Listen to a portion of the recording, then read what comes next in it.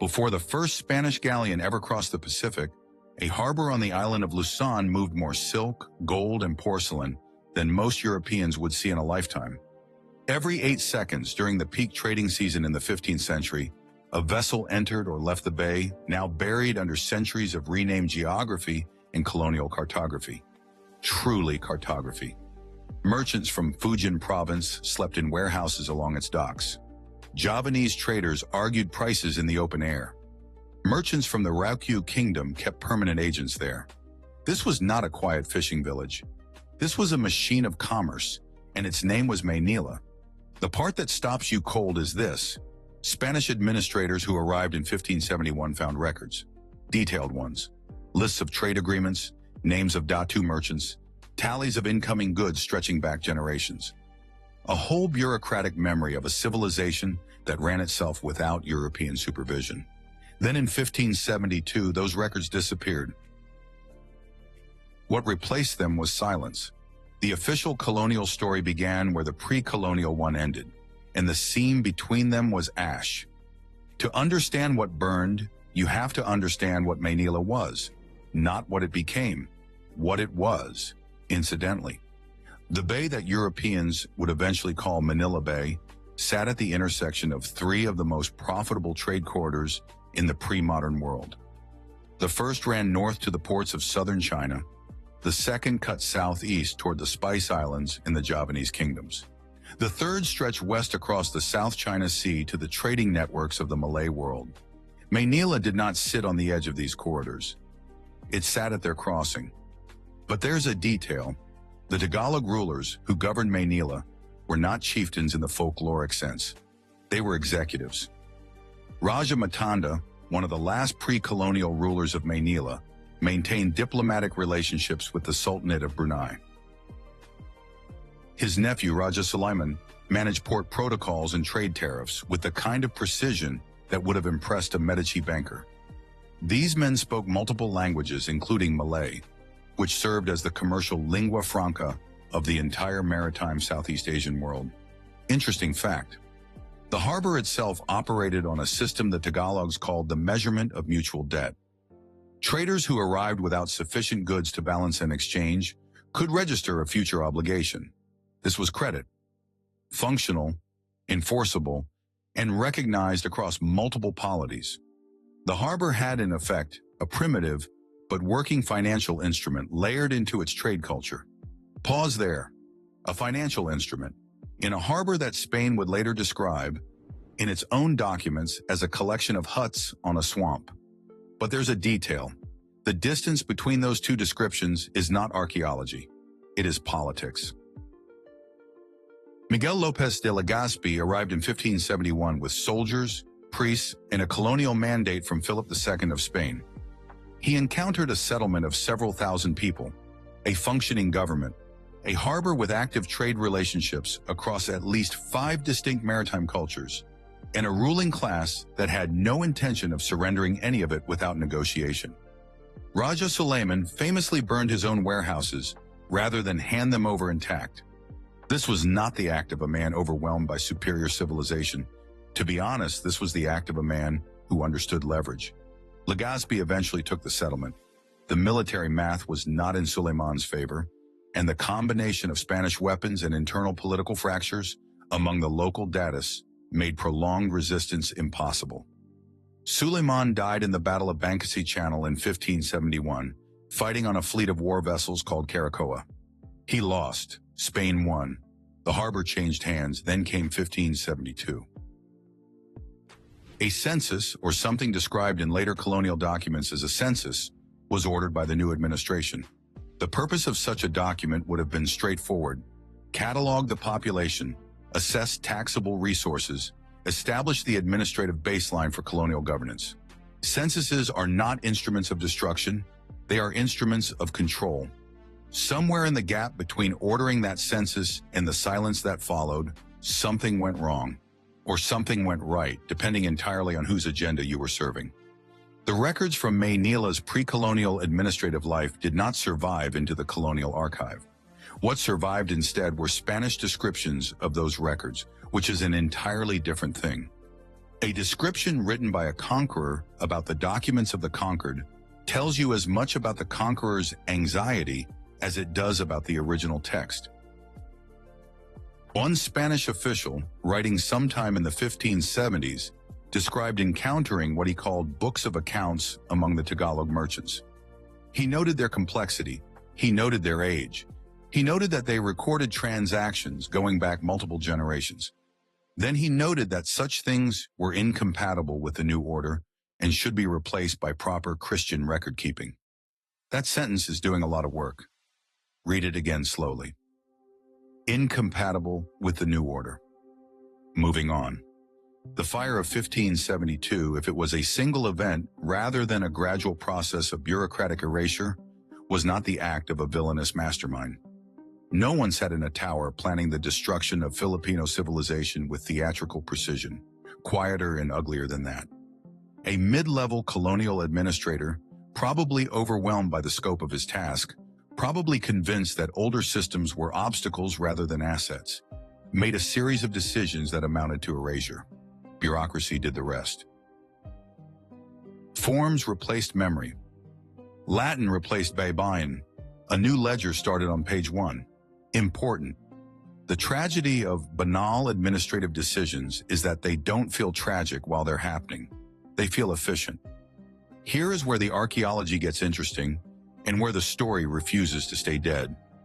Researchers working across multiple disciplines, including maritime archaeology, linguistic anthropology, and the study of Chinese dynastic trade records, have spent the last several decades reconstructing what Spanish paperwork erased.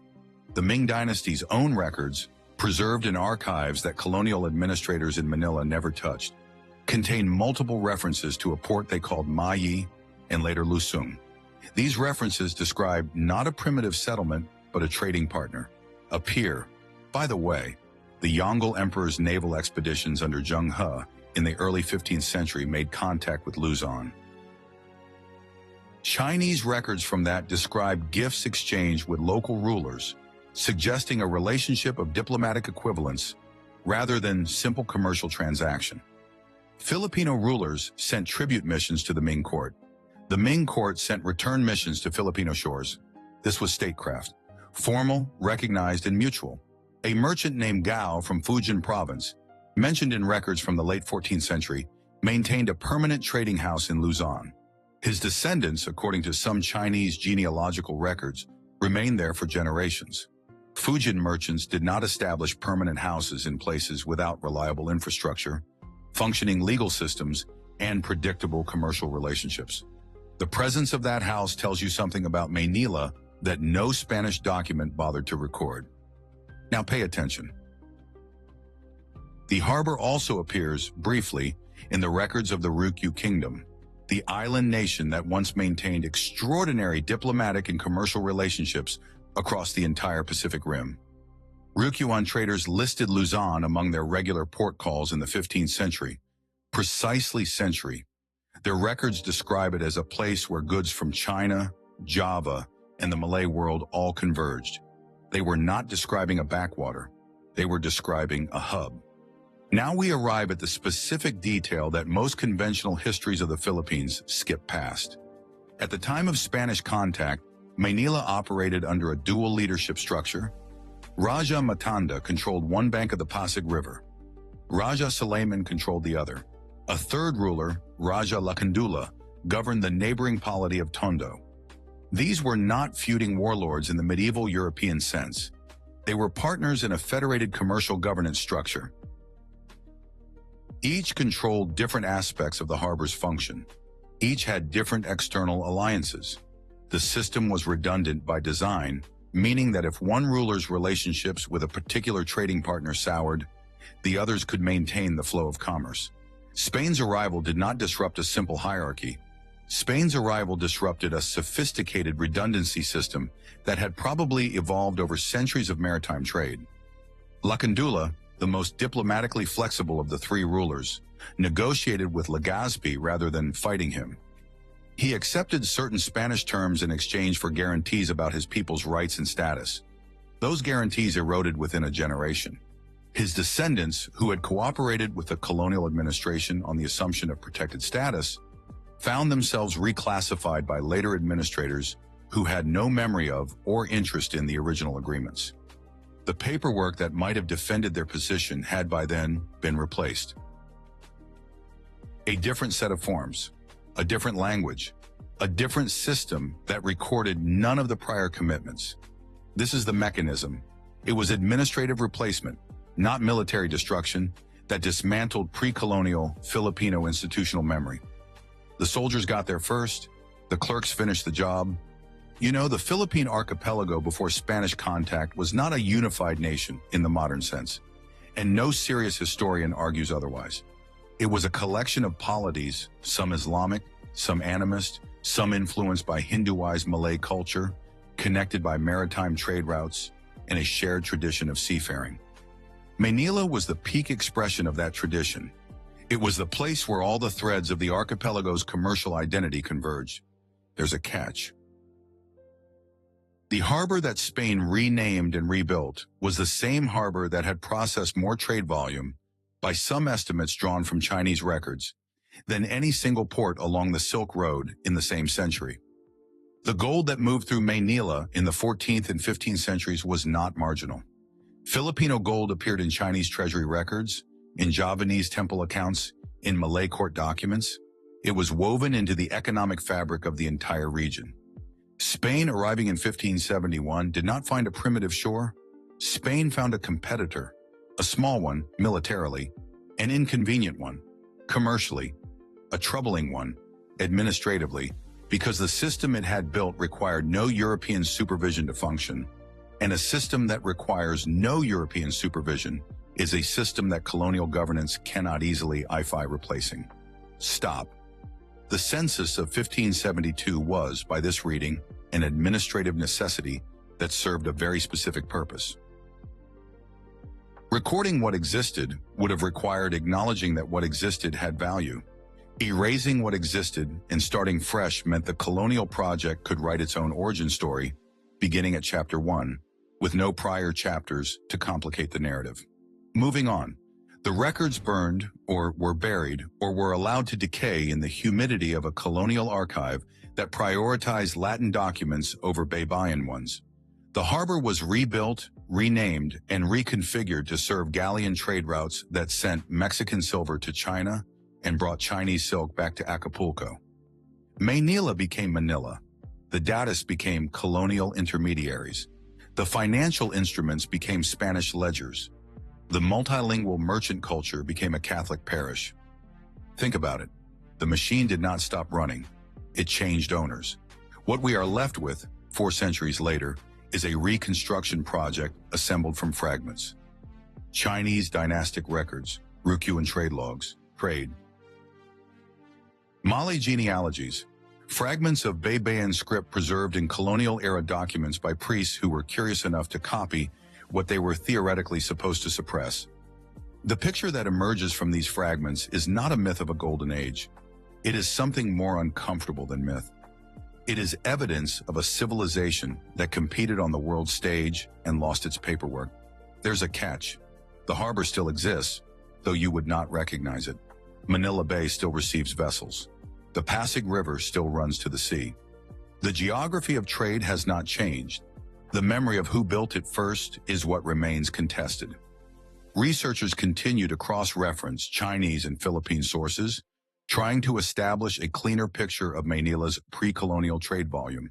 Some push for the reclassification of certain pre-colonial Filipino sites as historically significant under international archaeological frameworks.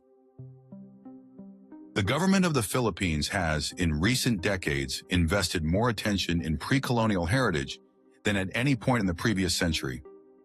Interesting fact, the work is ongoing. The fragments are enough to suggest the whole, even if they cannot yet reconstruct it fully. All right.